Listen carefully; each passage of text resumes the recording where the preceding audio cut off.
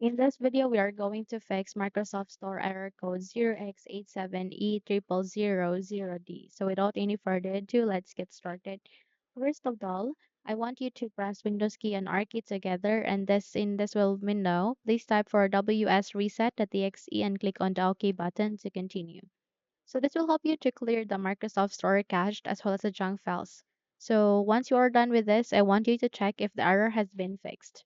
And if not, then let's move on to the next solution.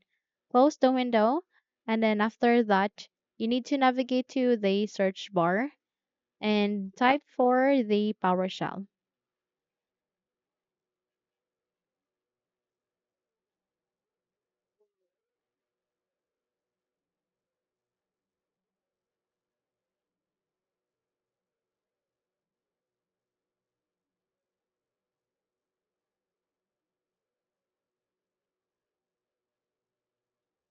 Then once you have seen the best match, you need to navigate to the right side and run it as an administrator. So click on it.